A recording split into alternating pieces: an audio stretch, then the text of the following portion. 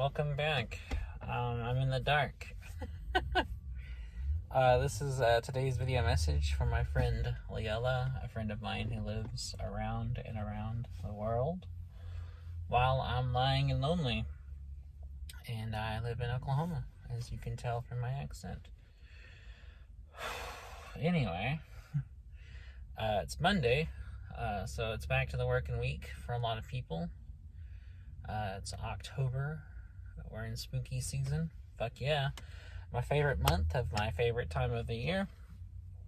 I love October. I love everything about it. I love autumn. I love Halloween. I love all the spookiness, and I love the overcast days and the cool breeze and the colored leaves and everything. It's so good. So it's October the 4th, 2021, and I look like one of those people on those crime shows that are in witness protection that have their identities covered and you can't really see their face. But that's just kind of the way it turned out. I didn't realize it was going to be this dark when I parked here. Oh well. So yeah, Lilla, if you're watching this, today's message is I just want to thank you for just being amazing, being an amazing friend. Talking to you always makes me feel a lot better. And you always make me realize just how much, I'm loved and how much you care about me. And I hope you know that I care about you as well, more than anything. And I'm always so excited to talk to you. I'm always so excited to, see you every day and talk to you and, maintain this friendship that we have. And I hope you're doing okay. I hope that you're doing all right. I've been doing really well the past few days. Things are really going good. They're going in a good direction that I like. And I'm happy about everything. So that's good. That's good. And it's a good day. It's a good day. I had a good day today. I slept for a long time and got some stuff taken care of and went to the library and checked out this book here by Terry Pratchett called Sorcery. It's part of the series he wrote called Discworld. He wrote 41 novels in this series. It's his life's work. I started reading them fairly recently. This is the 5th book, so I've been reading them in order of release. So this is the 5th Discworld book. And I have to say, I love the series. It's so good. It's a comedic fantasy series set on a world that is flat like a disc and sits on the back of a giant turtle crawling through space, which is held up by elephants.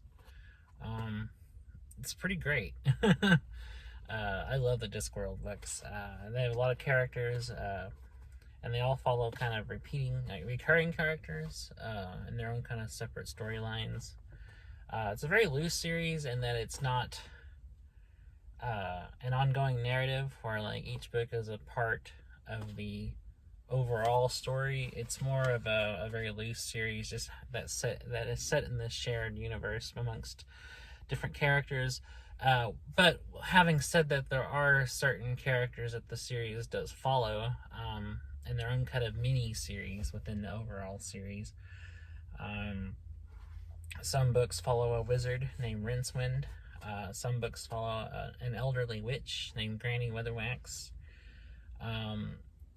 Some of them follow the night guards of a city called Ankh-Morpork. Some of them follow the Grim Reaper, who is a character in the series, and kind of the people around him. It's less about death and more about death's associates and working for death or being related to death. Kind of the misadventures that people who are associated with death get into. So those are the main kind of protagonists that the series kind of follows. Although some books will also have kind of characters who are more standalone characters. And it's a satirical series that, comments on things in our world and things like, prejudice and war and religion and things like that. And also mimics certain specific things too, like journalism, movies.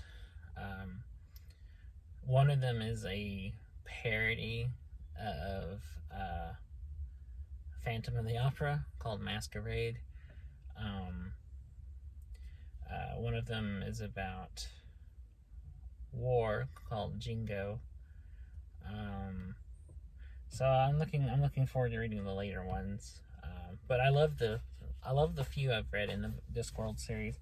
Like I said, I've read them mostly in order. Starting with the first book, which is called The Color of Magic, and reading in really order of release. So Color of Magic is the first book. The second book is called The Light Fantastic, which is a parody of cosmic horror and Lovecraft, which I was surprised. I didn't see that coming. The third book is called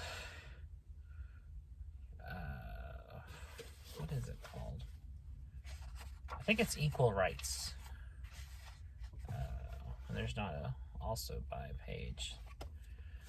Yeah, I think the third one is Equal Rights, which was a one that kind of comments on misogyny and double standards among the sexes. The fourth book was called Mort, which was about a young man who becomes the assistant of Death and really takes on Death's job. Death decides to take a holiday, and Mort kind of takes over the job, but he's kind of not the best at it, and so a lot of things goes awry. And so those are the first four books. I have also gone out of order and read some of the later ones. Two, actually, or two or three later ones. I read a later one, which I believe is the 16th book in the series, called Soul Music, which is actually about Death's daughter, and is also about a rock band, actually the Discworld's first rock band, who literally play music using rocks. It's pretty good. And Death's daughter, who I believe her name is Megan, is a very likable character. So that one's fun. And let's see. I also read a couple others out of order that were later. I read two about a young witch named Tiffany. He wrote kind of a mini series following her in about, I think, 4 or 5 books about her within the Discworld, and those are aimed actually at a young adult audience. The majority of the Discworld books are written for adults, although they can really be read by anybody.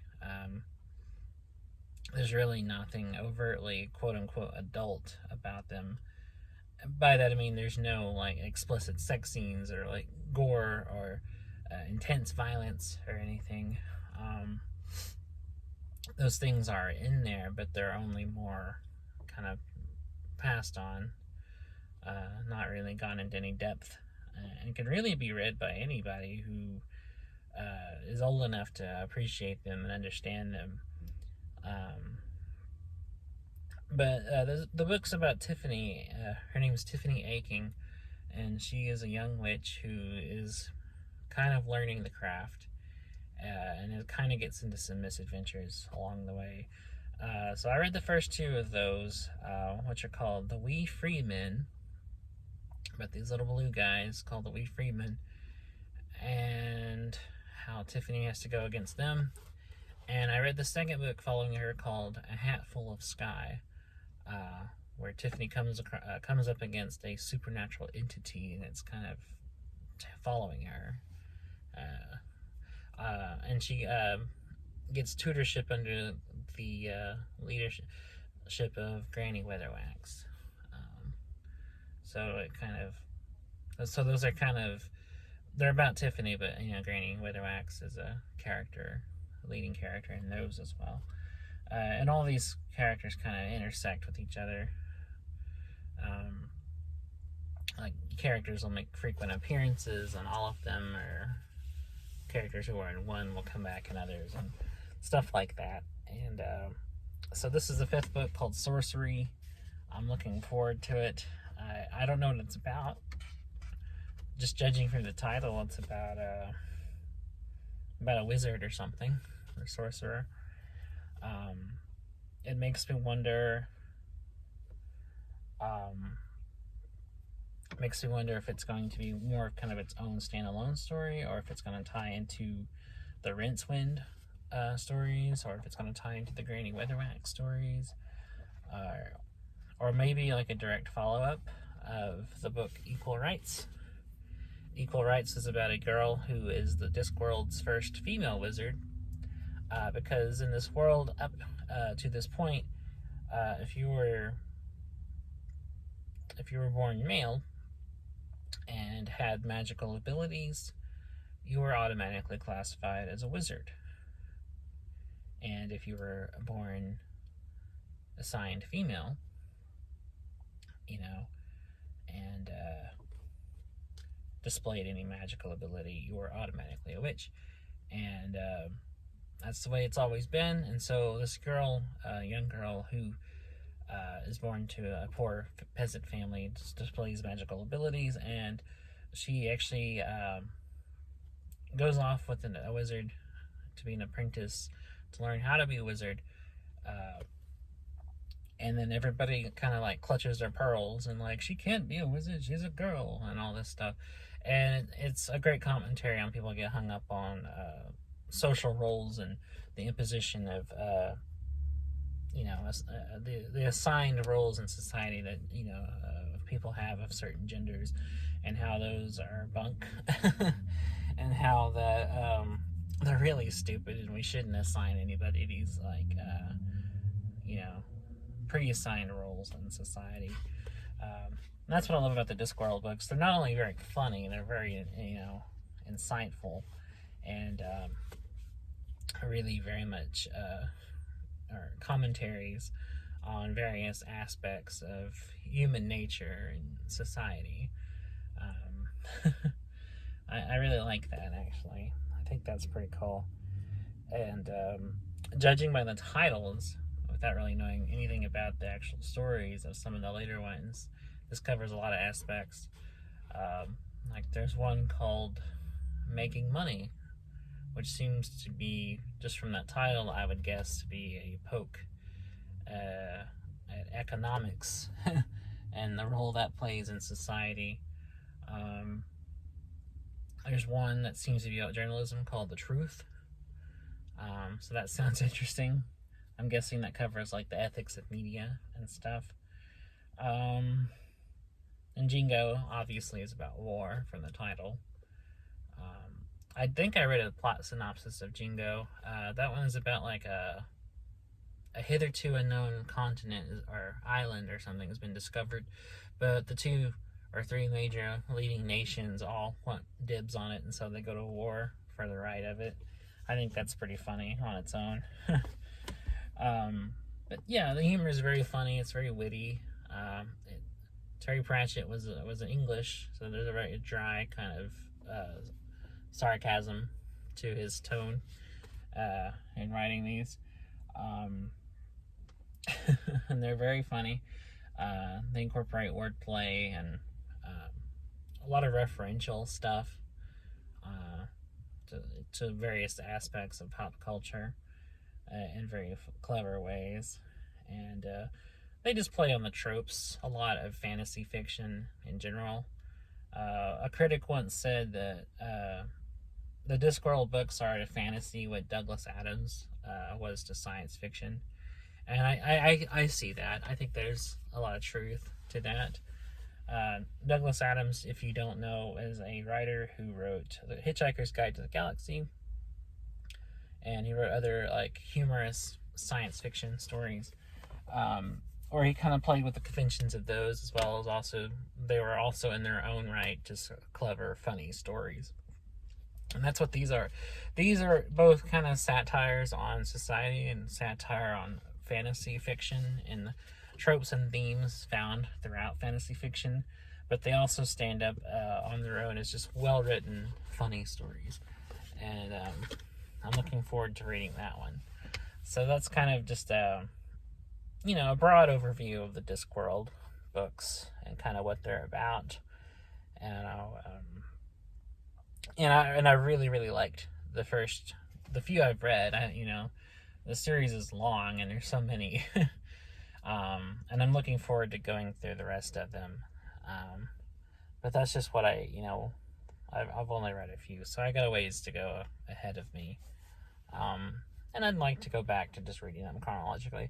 That's why I picked up Sorcery, because that's the 5th book, and then I've read the first 4 already, so I'm gonna try to stick to reading them in the order of publication. And today I actually bought several for Kindle.